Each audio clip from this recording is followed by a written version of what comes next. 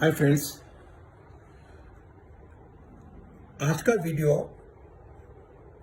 बहुत simple subject पे है और शायद आप लोग हंसोगे कि मिस्टर वर्मा ने ऐसी वीडियो कैसे बनाने शुरू कर दी। The video is on registration. आप लोगों ने बड़े रजिस्ट्रेशन कराए हैं, मैंने तो कभी कराया नहीं, ना कभी सेल्स टैक्स में, ना कभी सर्विस टैक्स में, ना एक्साइज में, ना जीएसटी में। मेरे को कराना ही नहीं आता। मैंने फॉर्म भी नहीं देखा, आज पहली बार ही देखा क्योंकि वीडियो बनाना था। The topic we are discussing is registration. अगर आप इस वीडियो को ध्यान से देखते हैं और समझ सकते हैं तो ये वीडियो आपको लाखों रुपए दे सकता है, आपके क्लाइंट्स के भला कर सकता है, आपके दिमाग की जो ओपिनियंस निकलती हैं उसमें काफ़ी बड़ा वैल्यू एडिशन कर सकता है। आप सब लोग इंटेलिजेंट हैं, there is no doubt about it. The question we raise is कि in the repealed enactments that was subsumed in GST, वहां नंबर लेना जरूरी था। हर स्टेट में नंबर लेना जरूरी था। हमने शुरू में जीएसटी में भी हर जगह नंबर लिए। जहां जहां डीलर ने माल बेचा, जहां से बेचा, खरीदा, जो भी किया, लोगों ने सब भफड़ा दफड़ी में नंबर लिए। वो आप कैंसिल हो रहे हैं। Now do we require a GST registration in every state we do business? That's the question of this video. I'm sure you are going to use your brains to understand it. English Hindi mix होगा, पूरा हिंदी में नहीं बोल सकता इसमें। The GST law levies a tax on supply, and supply includes supply of goods, services or both. And supply also includes supply within India and supplies from outside India. Both exports or imports are taxable. Exports are zero rated, imports are reverse charged, or IGST is paid if it is not a service. Friends, supply is defined in section 7. जो चीजें section 7 में supply से बाहर रखी गई हैं, for example employer employee considerations, उसका section 22 जो रजिस्ट्रेशन डील करता है उससे कोई लेना देना नहीं। So if there is a supply predominantly for a consideration, then section 9 gets invoked, and section 9 deals with charging section. तो तब आपको जीएसटी टैक्स लगता है फॉरवर्ड चार्ज पर। फॉरवर्ड चार्ज लॉ में कहीं नहीं लिखा, क्योंकि रिवर्स चार्ज की ट्रांजैक्शन अलग से मेंशन्ड है, तो we all presume all other transactions are on forward charge. Now what does section 22 say? Section 22 says every supplier who supplies goods or services or both shall be required to be registered in a state. State means like Delhi. Now the state word is followed by two more words, which in my view are extremely important. That is, from where. That is, from where he makes a taxable supply, he shall be required to be registered. The only function of section 22 is this. The only mandate is this. Every supplier shall be required to be registered in a state from where it makes a taxable supply of goods or services of both in excess of aggregate turnover of registration limits. I'm not getting into 40 lakh, 20 lakh business. Though I will say these are not exemption limits. Once you get registered, there is no exemption up to this amount. Now the key words are, you have to be a supplier. Who is the supplier is defined as a huge list, and you should be making a taxable supply. So, taxable supply is where the GST law levies a tax. Section 9 has two kinds of supplies where tax is not levied. They are non-taxable commodities, petroleum and alcohol, other than industrial alcohols. And you should be in a state. State includes UT. and you should be making supply of goods or services or both. Now this is function of section 22. So if Mr. Sushil Verma has a place of business, is defined in Act place of business in Delhi, and applies for GST registration and get a GST in, then whatever supply of goods, services or both I make from Delhi will be subject to GST law. Lot of my friends, including some senior ones, sometimes ask questions, so what is the function of place of supply? Is it not in contradiction to section 22? No, the answer is no. The place of supply under chapter 5 of IGST Act 11, 12, 13, they deal with the character of tax. You have four kinds of GSTs. You have CGST, SGST, UTGST and IGST. Cess is of course a separate package. The place of supply only decides who shall retain the tax in a federal system. Will the state or center? So if the place of supply is within Delhi, Sushil Verma will issue a bill with CGST, SGST or as C&S as my brother Rakesh Garg calls it. If I am making an interstate supply, that is there are two states involved, the recipient of supply is also outside Delhi, then the POS is interstate supply. That is the tax I will charge will be a total of CGST, SGST, and this tax will be going to the state where goods are moving. Normally we say GST is a destination based tax. Not always. For the purpose of registration only, this tax is origin based. Because if you do not originate taxable supplies from Delhi, the tax liability does not arise. So for the purpose of section 22, or for that matter 23, 24, the jurisdictional fact is a geographical area, that is Delhi. So if the taxable supplies originate from Delhi and go into the other states outside Delhi, then the chapter 5 IGST comes into play. That will decide whether Mr. Verma made a local supply charging CGST, SGST, or he made an interstate supply charging IGST. So this is the interplay or understanding of IGST chapter 5 and chapter 5 of CGST Act. So why the hell are we making this video then? It's very clear. No. Now comes the cat out of the bag where you can make money. And lots of money if you really appreciate it. Supposing you have a big trading house in Okhla. They do trading all over the country. They import goods at various ports in the country. Let's say, soybean oil, for example, or palm oil. And they trade all over the country. They have wholesalers where they supply it. If we tell them to have a number in every state or every zonal, they have to do compliances, administrative cost, then the cross charge issues, the input tax credit issues, then the pilferage,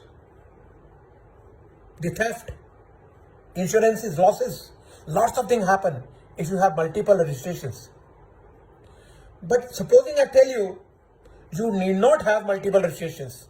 You can do the entire business sitting in Delhi. Won't you be happy? I'm sure you shall be very happy.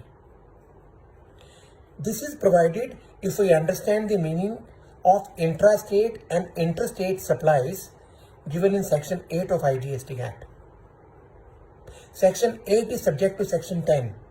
We start with subject to section 10. In section 10, the particular provision which we wish to discuss is 10(1)B, B for Bombay.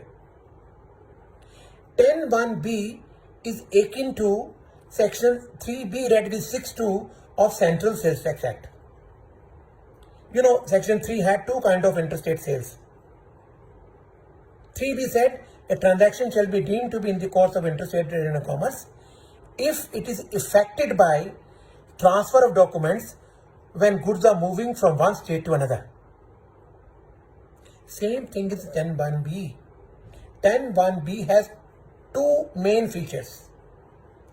First, it's the only section where a constructive delivery of goods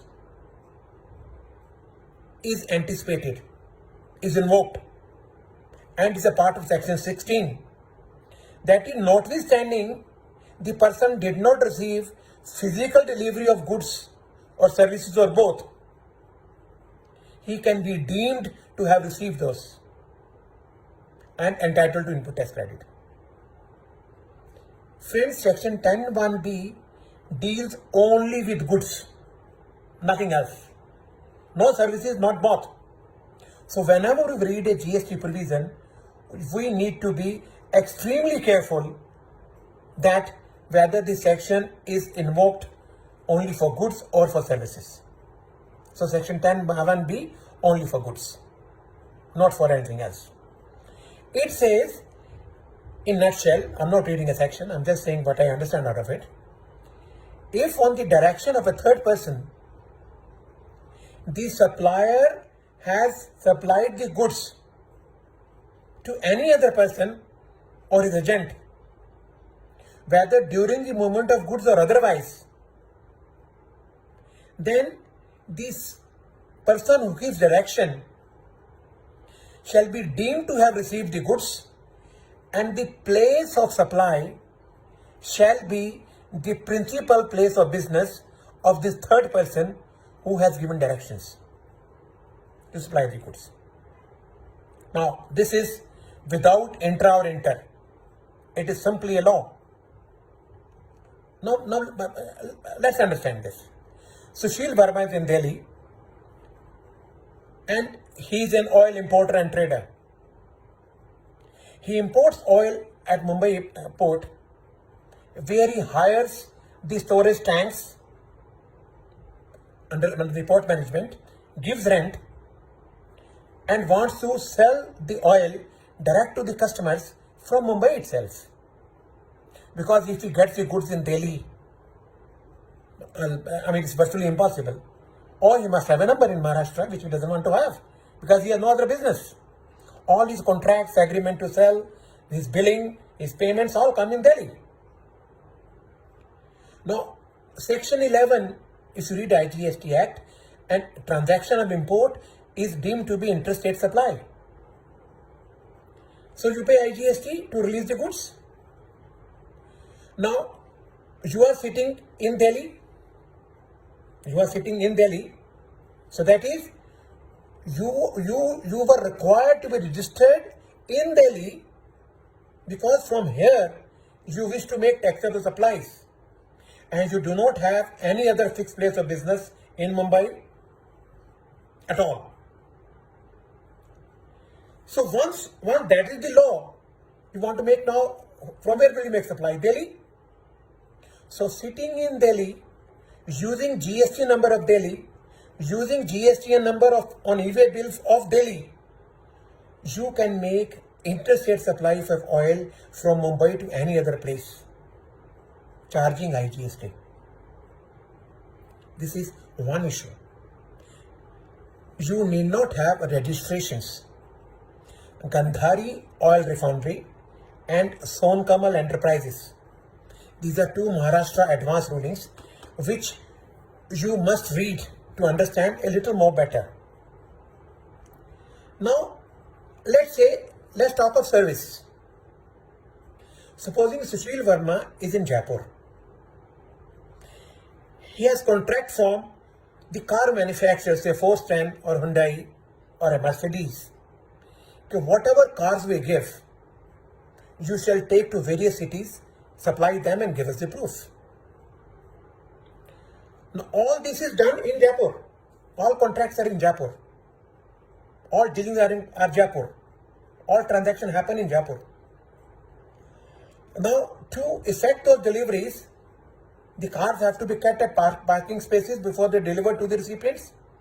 So, Sushil Verma hires those parking spaces in various cities, pays rent there, and then have those big trawlers, the car movers, puts the car and dispatches them. The question is, what is this service? Is this interstate service or intrastate service? This was a question before a Rajasthan Advanced Ruling Authority in KM Transport Logistics Limited. They came out with a beautiful ruling.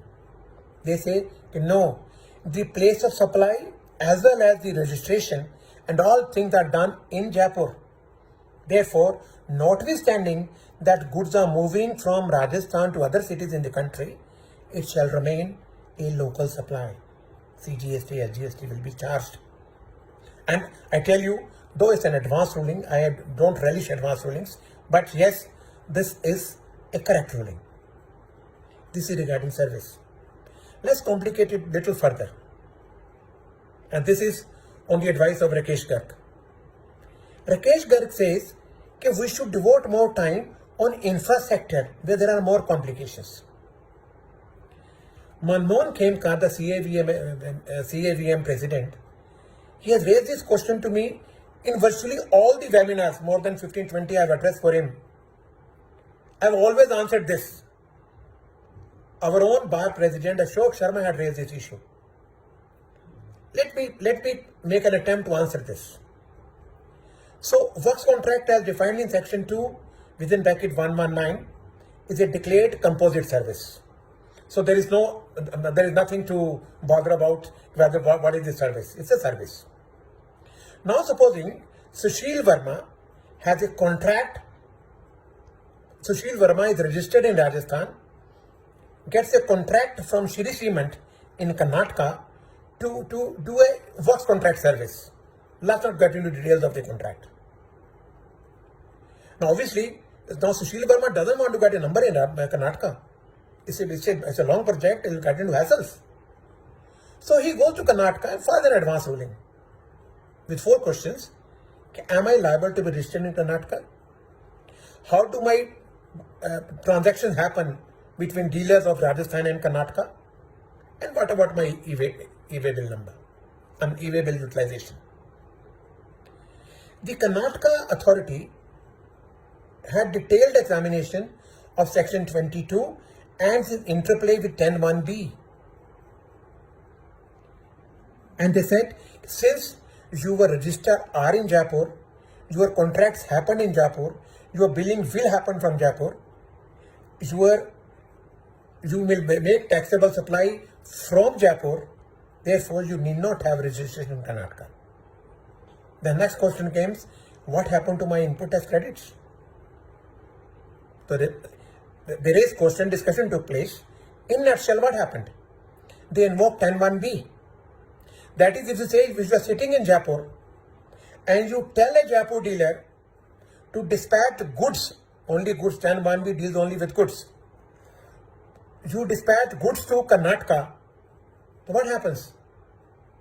Since your principal place of business is in Rajasthan, you are registered in Rajasthan, you are making taxable supplies from Rajasthan, the Jaipur supplier is supplying goods to Karnataka on your instructions, the POS shall be Jaipur. That is, you will raise a local bill. Now you reverse it.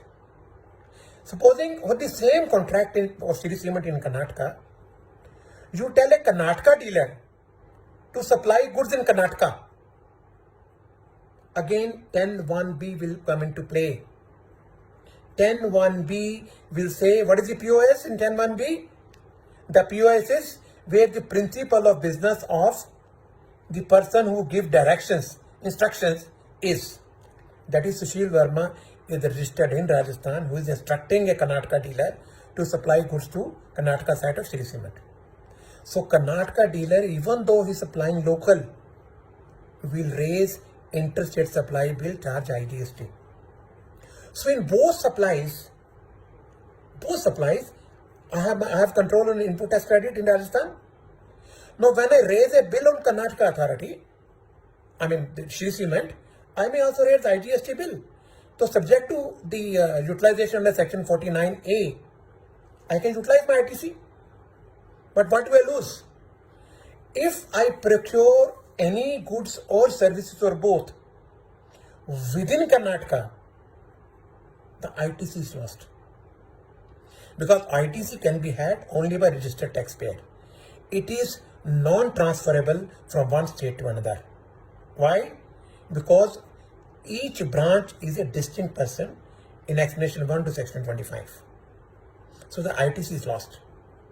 So this is regarding infra sector. It's a very good ruling and it's beautifully written. So what happens? So whether you are trading or you are providing a service like car rentals or you are doing an infrastructure service, in all, if you as a professional can sit down with your client, do a SWOT analysis, strength, weakness, opportunity, and threats analysis, or in layman's language, cost benefit analysis of each scenario. If you have numbers, what happens?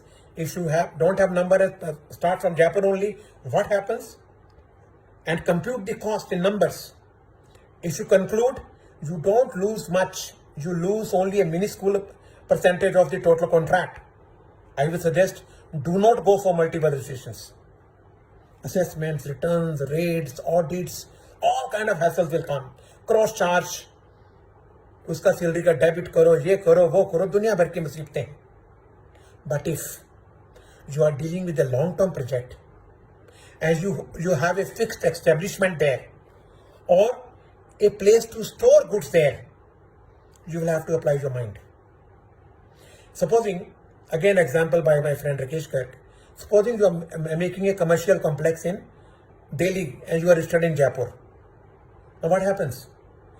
You buy goods, carry goods and store the goods in Rajasthan. You do everything here. Then can you still say that you will be raising taxable supply from Jaipur? Well, you can say, there is no bar. Because in Gandhari oil they said, notwithstanding what stores he has, he is making taxable supplies from Mumbai. You can have so. But when you read the definition of section 22(1) into State Act, they are using the word in the state. There can be an interpretation. Like UP and Maharashtra have given notices to various people. Can you do bloody everything here? Why do you supply from Delhi or Jaipur or wherever? Therefore, this is a call you have to take. So if you have a permanent fixed establishment at a site owned by you or given to you by the contractee, or you have a permanent space of your own to store goods, again given by contractee of your own, then you have to take a call. In that case, I would suggest you should take a number in the state in which you execute the product and execute the project. Because getting into litigation can be a very difficult process. Supposing they say that you shall be required to take number, because IGST deals with the fixed establishment, including place of business, including stores. Section 2, within bracket 71, I think. You can see it in section 2 in IGST Act. So those also have to be understood and read with section 22. There can be some issues. But notwithstanding this particular interpretation which we are trying to play very safe, I would still go for single registration for trading, for service and for infra services. For the simple reason, if my facts I can manage, if I have the technology, I may have the professionals to manage it, then nobody stops me. Section 22 does not cost any obligation upon me to take a registration from any other place except from where I make taxable supplies of goods and services both. So what is the meaning of section 22? Every supplier shall be required to take registration in a state from where he makes taxable supply.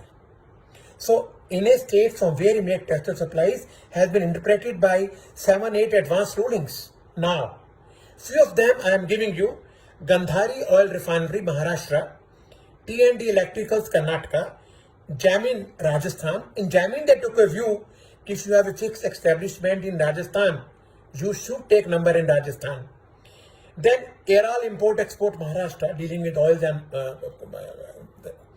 non-coking coal, KM Transport Logistics Limited, Rajasthan, Sonkamal Enterprises. These 6 advanced rulings, and my video was based on discussion in these advanced rulings.